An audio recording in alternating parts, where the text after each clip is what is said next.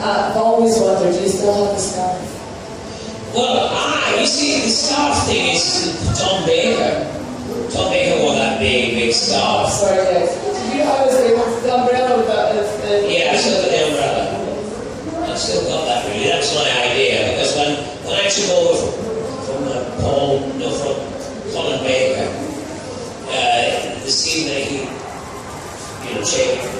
damaged and changed into me, he had an umbrella. But it was a golf umbrella, a big one. I remember thinking, so I had that in my very first episode, an umbrella, and I thought, I have to keep that as a prop, only I'd like to make it the way I want it. So I designed that umbrella with a question mark. But I did have a scarf, a small scarf, but that was in, kind of respect for the big scarf. Because everybody said, oh, Doctor Who, the scarf. And so I wore a scarf. And the first time, there are some photographs around with me in the costume, and it's a tartan scarf. Then the producer said, no, we don't want you to be known as that Scottish, we want to make it so obvious.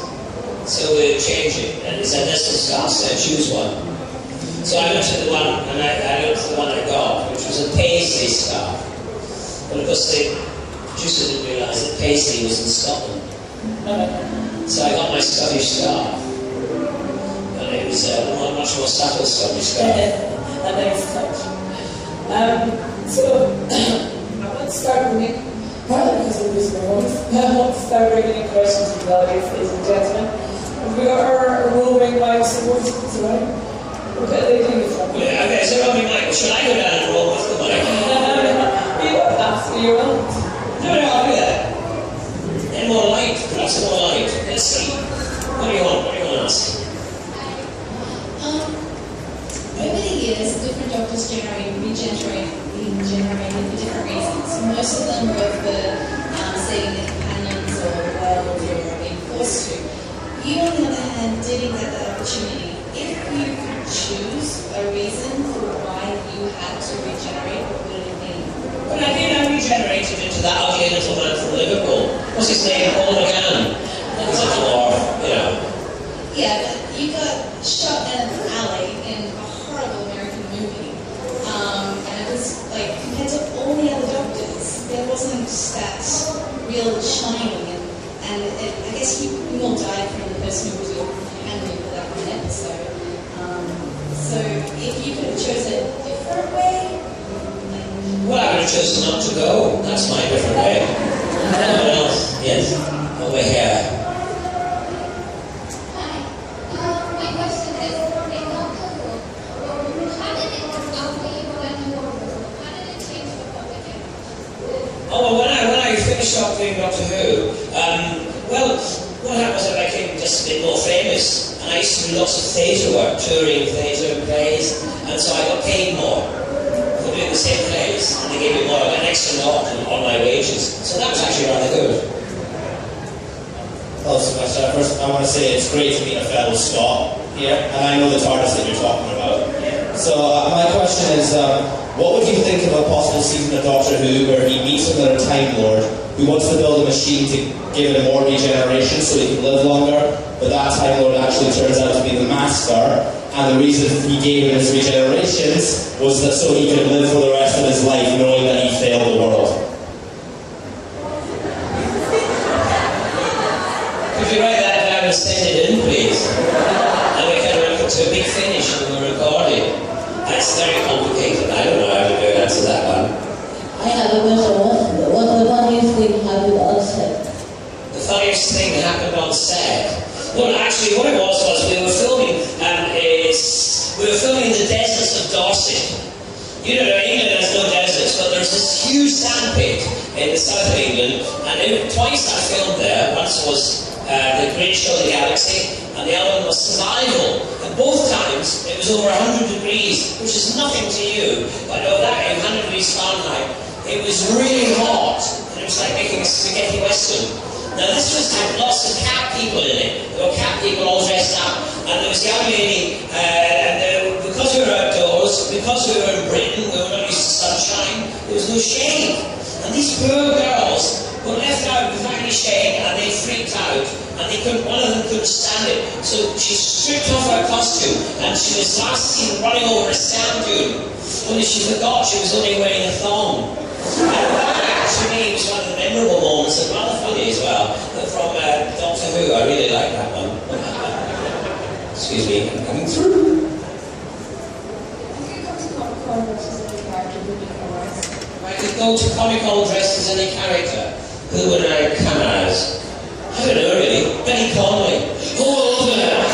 I really love it. Oh, goodbye, Dubai. Oh, I don't know really. Are you going to ask me a question? Oh, that's a nice question. Superman. I like to have a Superman. When I was little, I used to have a red dressing gown, and I thought I was Superman. Because my real name is Percy James Patrick Kent Ivan Smith. And actually, when as a child, I was called Kent, so I always thought I was Kent, Clark Kent. And you must be a Kent, aren't you? Have you got a question? Who's your favorite villain in Doctor Who? My favourite question. Yes. Well, my favourite villain is, I suppose, the Daleks, really. Next time. Because when I was the Doctor, I felt that I wasn't really the true Doctor until I battled with the Daleks. Move your feet. Take them off. Someone around here also has a question. In The Hobbit, how long did it take for you to finish your Hobbit from the first episode? Actually, it was only an hour and a half when I was doing The Hobbit, because if you imagine I had a wig, so a wig's easy, you just stick it on, and then you stick around it, and then the beard, and then the poo. The poo took longer. I get these little birds in and they go, and then they shit all down my face. I can't say that, innit? Anyway, they kind of, actually, it was just made by, Weta made some poo, and then they put some other little bit porridge on it, and it dried. But it only took an hour and a half. I was very lucky, because the dwarfs guys, they were in something like 4 hours, and they'd go in, and they'd be all made up, and they'd put on the costumes, and they'd all the panning and everything, and then they wouldn't film for days, just hanging around with all their beards. One of the loveliest things about that, though, was that I was in Germany recently at a Hobbit convention, and it's lovely, isn't it, this populated and stuff. I was at this Hobbit convention, and the majority of attendees were young Frauleins. It was 85% of the attendees were all women, and they all came dressed as their favourite Hobbit characters. And they had, amazing costumes, like you've got some amazing costumes here and everywhere. But they had beards and everything, and they're all into hugging. And as they kept saying German flag, Radagast, I want to hug you. And I never knew I was enjoying being hugged by bearded ladies, but it was great. I really didn't like it. Anyway, I'm coming around this way, because you're going to get problems. Specific doctor you talk about the single doctor is always known as a mysterious and dark character. How did you feel about playing a character who started out as happy and excitable and even empathetic to his enemies, to someone who was helping and defeating his enemies? I think that's what it is. Well, yes, the thing is, when I started out, I was happy, and then I got my first paycheck, and that made me really miserable. Because I was working for the BBC, so I decided to become miserable. No, what happened was when I got the job, because of my ignorance, I hadn't seen it for years, I didn't know anything about it. I just kind of got the lines, tried to learn them, and I thought, well, my normal instinct is for comedy. That's what I normally go for. So I kind of made it light-hearted. I had a cane, an umbrella, slightly Chaplin-esque, Buster Keaton, that kind of world, visual. But then, as I got to know it, I realised I had been given Bless. It was one of the great TV roles, because you can do anything with it, you can go anywhere with it. And that was my ambition, it suddenly became. I wanted to do that, I wanted to explore all the facets of this amazing character who could be, manipulative, he could be gay. I also wanted to bring back the mystery, the Who in Doctor Who. Because originally when he first came, no one knew quite who he was. After 20 odd years of Doctor Who, too much was known about him, I thought. So that's why I tried to create this mysterious, and at the same time I met my granny. I had a granny who lived to be 100 years, 3 months. And I remember she was really sharp, even at 100. But there was a part of her that was, you know, she'd seen terrible things, lost some of her own children, all that kind of stuff. There was a sadness. And I thought, my daughter's 950 years old, so I wanted to bring that in as well. You know, the longevity, the ancient mariner, the feeling he's been around doing all that kind of stuff, and that it would have effect, it would be weighty, and that's why I decided I wanted my doctor to be like the one he turned out to be, manipulative. And you know, if it had done a full season, it would have been along those lines. There's a myth floating around the internet that basically says that the plot for Ghostlight was so nonsensical and confusing that even cats didn't know what was going on. It's not a myth, it's actually true.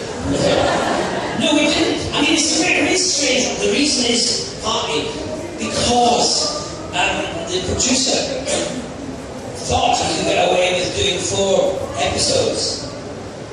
But the executive producers said we can't, so you have to reduce it. I think that's what it was.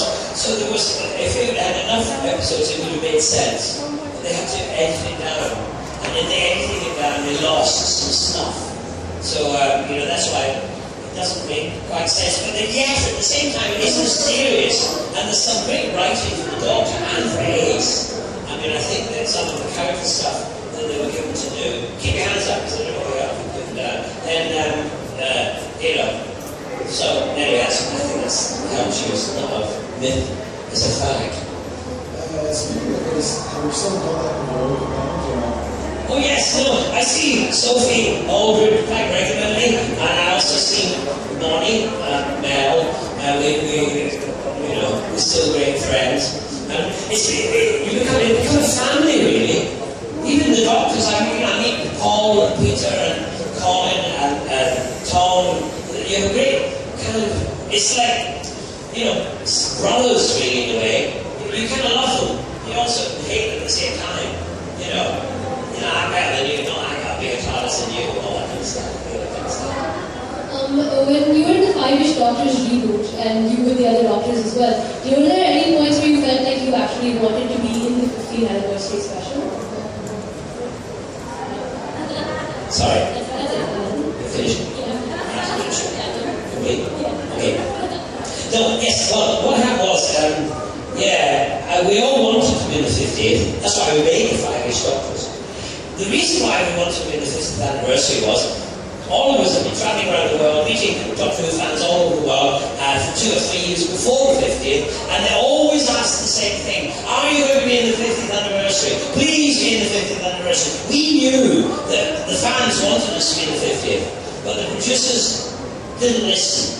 And it was only at the beginning of that year we started to realise, I don't think we're going to be in it.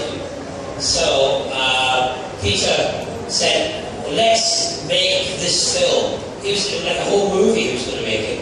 But then gradually, because we got Stephen Moffat, suddenly realised that he'd been a boo-boo not having us in it. So he supported us making this spoof film of trying to break into Doctor Who. And then the BBC gave some help to it. We didn't get paid for it. We did it for the fans. I mean, we literally, honestly, all of us, Paul, myself, Colin and Peter, did it for the fans. Because we knew we wanted it, and we thought this would be a lovely thing to do. And it was Peter Davidson who actually drove it. He produced it, directed it, and wrote it. And he's the genius behind it being so good. Because it is good. I'm so proud to have been in it. I think it's absolutely great, and I think he made an amazing job, and I'm so glad that the fans' response has been glorious.